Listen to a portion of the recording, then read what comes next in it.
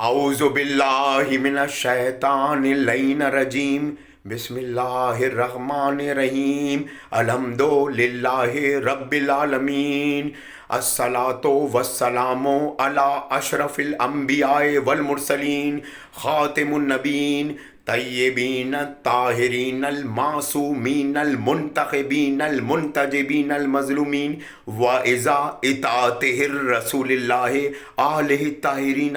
والمعصومین صحابہ صدیقین۔ فقال اللہ تبارک و تعالیٰ فی محکم الکتاب المبین وہو اصدق القائلین، آمین برحمتک الرحمن الرحیم۔ الا لعنت اللہ علی القوم الظالمین، منکرین، فاسقین، منافقین، غاضبین، اعدائہم اجمعین من الالان من یوم الی یوم الدین۔ انما یرید اللہ لیذھب عنکم الرجس اہل البیت ویطہرکم تطہیرا۔ اللہم صلی علی محمد وآل محمد، اللہم صلی علی محمد وآل محمد۔ ابو قحافہ کے بیٹے اللہم صلی علی محمد وآل محمد، ابو قحافہ کے بیٹے اور عائشہ کے باپ ام المومنین حضرت عائشہ رضی اللہ تعالیٰ عنہ، اور ابو قحافہ کے بیٹے حضرت ابو بکر، اور بکر کہتے ہیں، ویسے تو ریشمی کپڑوں کی دکان تھی ان کی، ریشمی کپڑوں کا پٹارا، پہلے دکانیں نہیں ہوتی تھی، پٹارے ہوتے تھے، جیسے نیپا چورنگی پہ پٹارے ہیں۔ حضرت ابو بکر کی ریشمی کپڑے کا کاروبار تھا، مگر ان کا نام بکر جو ہے اس کی وجہ کنیت ابو بکر، بکر کہتے ہیں اونٹوں کا باپ، بکر کیا کہتے ہیں؟ اونٹوں کا باپ، ہاں ابو بکر، بکر کہتے ہیں اونٹوں کا باپ۔ تو آج ذرا تبصرہ خلیفت اول ریاست اور حکومت کے حکومتی مشینری اور ریاست اسلامیہ کے پہلے، اب نائب کردہ کہوں، حضرت عمر کی مہربانی کی وجہ سے، سقیفہ بنی سعدہ کی وجہ سے، جو کہ سارے صحابہ نے ان کو نہیں چنا، ان کا انتخاب نہیں کیا سارے صحابہ نے، اور سارے صحابہ اس پر راضی نہ ہوئے کہ انہیں منتخب کیا جائے، اور اہل بیت علیہ السلام تو بالکل ہی راضی نہ ہوئے۔ اب یہ فقہ اہل سنت کی روایتوں سے میں پھر کبھی بیان کروں گا، سقیفہ بنی سعدہ کہ اہل سنت کی روایتیں، سنتیں اور بزرگان دین کیا کہتے ہیں کہ ابو بکر پہ تمام اہل بیت علیہ السلام کے ہادی برحقوں اور دیگر صحابہ کا اجماع تھا، اتفاق تھا، بڑی تعداد کا، کثرت کا، یا نہیں۔ یہ بعد میں تبصرہ ہوگا سقیفہ بنی سعدہ کا۔ حضرت ابو بکر، لفظ بکر اونٹوں کا باپ، کیونکہ ان کا اونٹوں کا کام بھی تھا، یہ اونٹوں کو سراتے تھے اور سدھارتے تھے،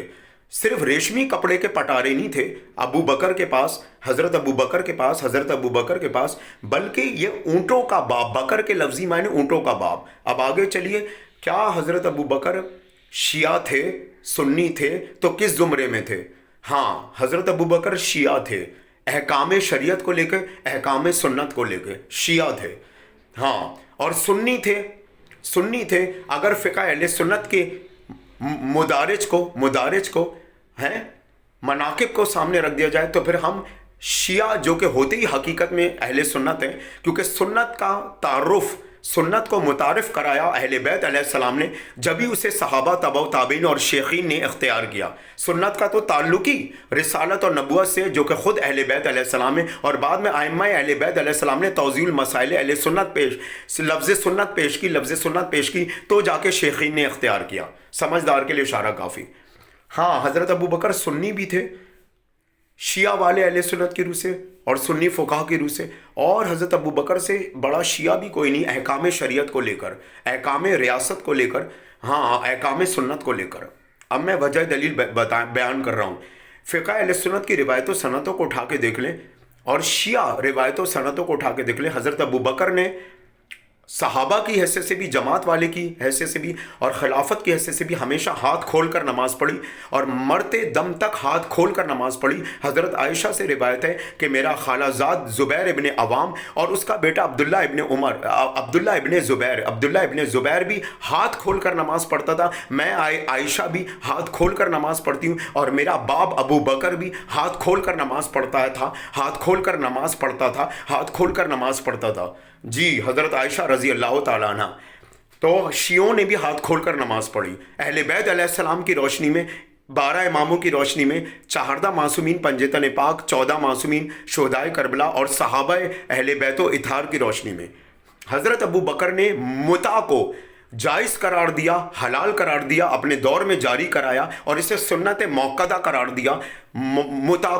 کو نکاح متع کو. جی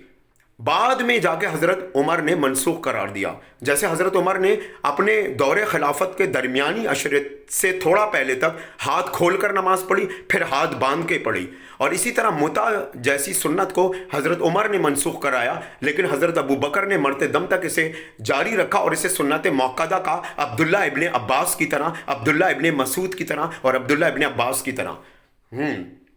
حضرت ابو ہریرہ جو کہ بہت بعد میں اسلام لے کر آئے، اب اس میں اختلاف رائے ہے کہ وہ فتح مکہ کے موقع پہ اسلام لے کر آئے یا فتح خیبر کے موقع پہ، جو اتنی کثرت سے روایتیں جمع کر دی. پھر اس کا جواب میں عمر ابن خطاب کے دربار سے دوں گا، خلیفۃ المسلمین کے، کہ حضرت ابو ہریرہ کو انہوں نے کیا سزا دی تھی اور کیا نہیں. جی اب آئیے کہ حضرت ابو بکر رضی اللہ تعالیٰ عنہ نے عورتوں کا ایک حج تھا، حج تمتع، جی طواف کعبہ، جی اس کو جاری و ساری رکھا. بعد میں آ کے حضرت عمر نے منسوخ کروایا. حضرت ابو بکر کے دور میں خواتین مسجد نبوی میں آتی تھی اور خواتین پیچھے، مردوں کے پیچھے جماعت بنا کے نماز پڑھتی تھی اور حضرت ابو بکر سے شرعی اور سنتی اور ریاستی اور ازدواجی مسائل پوچھتی تھی. اور حضرت امام حسن مجتبیٰ علیہ السلام،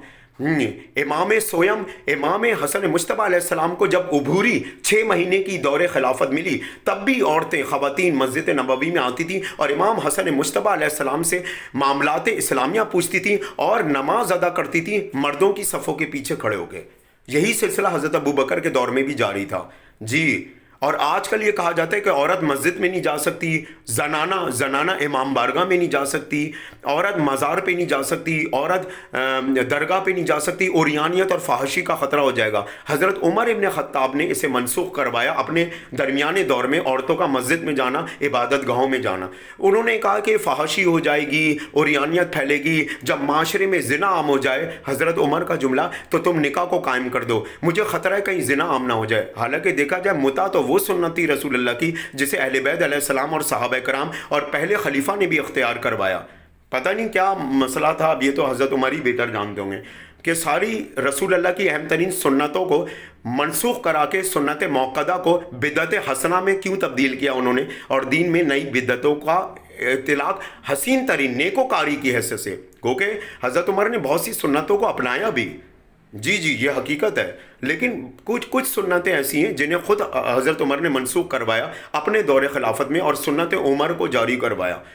اب عورتیں مسجد میں آنے پہ جو پابندی لگی اور عورتوں کے اعتکاف پہ جو پابندی لگی مسجدوں میں علیحدہ حالت میں، اس کی وجہ تھی حضرت عمر ابن خطاب، نہ کہ حضرت ابو بکر. حضرت ابو بکر میں کے دور خلافت میں عورتوں کا اعتکاف بھی ہوتا تھا علیحدہ حجرے میں مسجد کے، اور عورتیں باجماعت نماز پڑھتی تھی مردوں کی صفوں کے پیچھے کھڑے ہو کے، اور مسجد نبوی میں اپنے مسائل ازدواجی، مسائل معاشی اور سماجی لے کے اور شرعی لے کر بھی آتی تھیں. حضرت ابو بکر روزہ افطار کرتے تھے شیعوں کے طریقے سے، پہلے اذان ہوگی، پھر نماز پڑھی جائے گی، پھر دعائے افطار، روزہ افطار کی دعا مانگی جائے گی، پھر کھجور منہ میں رکھی جائے گی. اور یہ سلسلہ حضرت عمر نے بھی درمیانی عشرے تک بالکل ایز اٹ از ہاتھ کھول کے نماز پڑھنے کے طریقے سے، کہ پہلے 4 سال حضرت عمر نے بھی ہاتھ کھول کے نماز پڑھی اور متع کو فوراً ہی بند نہیں کروایا، درمیانی عشرے میں بند کرایا حضرت عمر نے. یہ والی بات ہے. اور حج تمتع جو خواتین کا ایک طواف حج تھا، اس کو منسوخ کروایا حضرت عمر نے، نہ کہ رسول اللہ نے، نہ کہ رسول اللہ نے، نہ کہ رسول اللہ نے. یہ رسول اللہ کی حلال اور جائز سنتیں تھیں، پر سنت عمریہ کے تحت یہ پھر منسوخ ہو گئیں، اور جسے حضرت عمر نے کہا کہ دین میں اہم ترین بدعتوں کو حسین ترین بدعتوں کو میں نے داخل کیا. جی حضرت ابو بکر کے دور میں طلاق زبانی نہیں ہوتی تھی بلکہ تحریری طلاق ہوتی تھی، اور خاندان کا اجماع اور شورا بیٹھتا تھا، اور طلاق ایک دفعہ میں نہیں ہوتی تھی بلکہ 3 اشروں میں تحریری طور پہ صیغہ کے طور پہ ہوتی تھی. حضرت ابو بکر نے زبانی طلاق کو حرام قرار دیا، جیسے کہ شیعوں میں زبانی طلاق نہیں ہوتی، اور اہل بیت علیہ السلام نے بھی اور دیگر صحابہ نے بھی. جی ہاں، حضرت ابو بکر کے دور میں تراوی کا اطلاق نہیں تھا، اور لفظ ترویہ نہ نبیوں کے دور میں تھا، نہ اماموں کے دور میں، نہ صحابہ کے دور میں، نہ دیگر سیدانیوں شہزادیوں کے دور میں۔ یہ لفظ ترویہ تو بعد میں بزرگان دین نے نکالا۔ ترویہ کہتے ہیں وقفے والی نماز، قیام اللیل کی نماز، تہجد والی نماز کی طرح کی نماز، اور عشاء کے بعد اور تہجد کے درمیان کے عشرے والی نماز، اسے کہتے ہیں تراوی۔ لیکن یہ تراوی لفظ بہت بعد میں نکلا، یہ نبی، اماموں اور صحابہ اور خلافہ کا دیا ہوا لفظ نہیں ہے۔ حضرت ابو بکر کے دور میں تراوی نہیں تھی، نہ دیگر صحابہ کے دور میں۔ حضرت عمر ابن خطاب کا جب دور آیا تو حضرت عمر نے بڑی پیاری بات کہی اور عجیب بات کہی اور عجب بات کہی۔ یہ تو عمر ابن خطاب ہی جانتے ہیں، شیخ حرم، کہ حضرت عمر نے کہا تمیم داری، یہ چیدہ حالتوں میں لوگ جو مسجد نبوی میں بکھرے پڑے ہیں، اور یہ علیحدہ حالتوں میں دوسری جانب بکھرے پڑے ہیں، ابو عبیدہ اور تمیم داری اور ابو عبیدہ، ان کو اکٹھا کرو اور باجماعت کھڑا کر دو۔ ہاں، رسول اللہ کے دور میں 3 دن کے عشرے تک اور 3 راتوں تک یہ تلاوت باجماعت ہوتی تھی، ہاں، قیام اللیل کی طرح، وقفے والی نماز کی طرح، ہاں، اور عشاء اور تہجد کے درمیانی فضیلت کے ایام میں رسول اللہ کے دور میں 3 دن تک ہوتی تھی۔ بعد میں رسول اللہ نے اسے منسوخ کرایا جب مجمع بے تحاشا بڑھنے لگا اور غدر بوت اور بھگدڑ ہونے لگی۔ لیکن میں عمر کہتا ہوں دوبارہ ان کو باجماعت کھڑا کرو، یہ جو علیحدہ چیدہ حالتوں میں تلاوتیں کریں۔ اے تمیم داری صحابی اور اے ابو عبیدہ، جب اکٹھا کر لیا ان دونوں صحابیوں نے، باجماعت کھڑا کر دیا دیگر چیدہ بکھرے ہوئے لوگوں کو، تو اب کہا آپ خلیفۃ المسلمین ہیں، آپ امامت کرائیں۔ تو حضرت عمر نے کہا کہ نہیں، میں امامت نہیں کراؤں گا اس تراوی کی، یعنی قیام اللیل کی نماز کی، میں امامت نہیں کراؤں گا، کیونکہ یہ بدعت حسنہ ہے، یہ رسول اللہ کی سنت تھی جسے رسول اللہ نے منسوخ کرایا، بعد میں اسے نیکوکاری کے تحت جاری کرا رہا ہوں۔ یہ حسین ترین بدعت ہے، عمل بدعت ہے جسے میں نے دین میں داخل کیا، بدعت حسنہ، اس لیے میں اس نماز کی امامت نہیں کراؤں گا، اور یہ فرض اور واجب نماز نہیں کہ باجماعت کرائی جائے، پر میں عمر اس کو داخل امکان کر رہا ہوں۔ پتہ چلا لوگوں کو حضرت ابو بکر کیسے شیعہ تھے، ہاں، احکام سنت اور شریعت کو لے کے۔ جی ہاں، یہ الگ بات ہے کہ 2 دفعہ ظاہر شیطان بھی داخل امکان ہو سکتا ہے، کیونکہ انبیاء اور مرسلین نہیں تھے، وہ معصوم نہیں تھے، یہ تو خود اہل سنت کا اجماع ہے اس پہ۔ تو ظاہر نہ انبیاء تھے، نہ انبیاء کے بعد مرسلین تھے، تو عقل کی بات ہے، ظاہر جماعت والے تھے، صحابہ تھے، تو ذہن کبھی خطاوار بھی ہو سکتا ہے، غلط کار بھی ہو سکتا ہے، شیطان کا غلبہ بھی آ سکتا ہے۔ باغ فدق کا معاملہ، جی، اور حضرت فاطمہ کا غضبناک ہونا اپنے حق کے تصرف کے لیے، جو کہ انبیاء کی میراث تھی اور جو حضرت فاطمہ کو ملی، اور حضرت فاطمہ کو کسی زبیب کے ٹکڑے کی لالچ نہیں تھی، پر شریعت میں خواتین کے حقوق کی پاسداری اور مقام علی بعد رسول جانشین وارث کی حیثیت سے اس کا تعارف، اور لباس علی کا تھا اور تم نے پہن لیا، اور وہی خطبہ شکشکیہ حضرت علی کا کہ اہلیت میری تھی، انتخاب اللہ کی طرف سے میرا تھا اور تم نے لے لیا، لباس میرا تھا اور تم نے پہن لیا، خطبہ شکشکیہ، سمجھدار کے لیے اشارہ کافی۔ لیکن سنت اور شریعت کے جتنے معاملات حضرت ابو بکر کو اٹھائیں، ائمہ معصومین کی روشنی میں، طاہرین کی روشنی میں، اہل بیت علیہ السلام اور شیعان صحابہ کی روشنی میں، وہ سارے فقہ اہل تشیع کی روح سے ہیں، یہ ایک حقیقت بات ہے جس سے انکار کرنا مناسب ہی نہیں۔ حضرت عمر کا وہابی ہونا اور شیعہ ہونا اور سنی نہ ہونا، حضرت عمر کا شیعہ ہونا اور وہابی ہونا پر سنی نہ ہونا، اس پر میں اگلی دفعہ ڈیبیٹ کروں گا۔